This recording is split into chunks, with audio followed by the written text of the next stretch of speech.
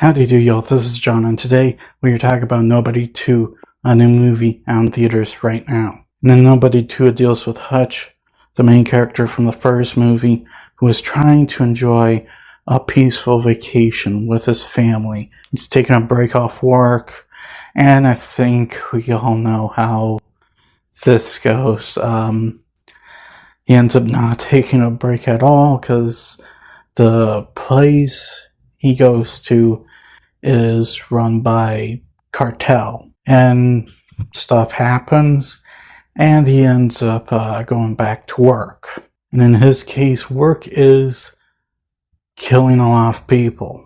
Okay, so to get things started, first and foremost, what I liked about the movie, Bob Odenkirk as Hutch, the main character, he is great. Not only is he very funny, but one of the surprising things about the first movie is the fact that you could buy him as an action hero. This movie was no different.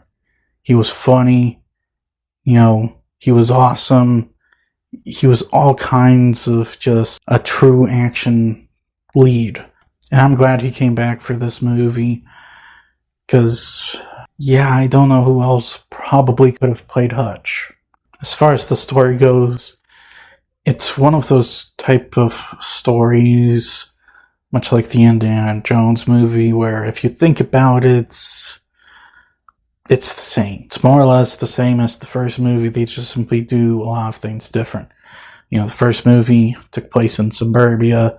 This is a, vacation resort. The villains are completely different. This is not the Russian mafia. This is a whole different ball game. However, the action always started the same way and ended roughly the same way.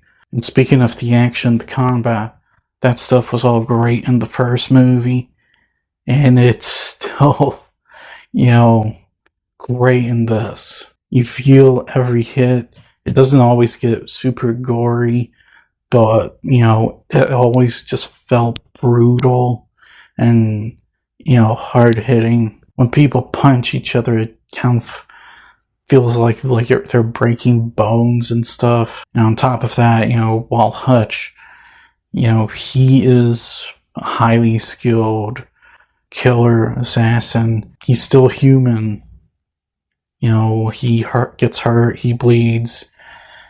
There are some fights where he ends up almost losing or losing outright. It delivers on what an action movie should do. The goods. Is it perfect? No.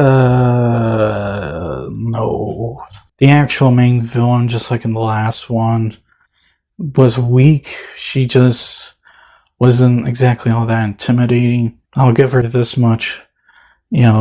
She is bloodthirsty, and you see her kill people mercilessly, but at the end of the day, she's just another screaming cliche villain. There's not that much different between her and who the heck was the villain in the first movie again?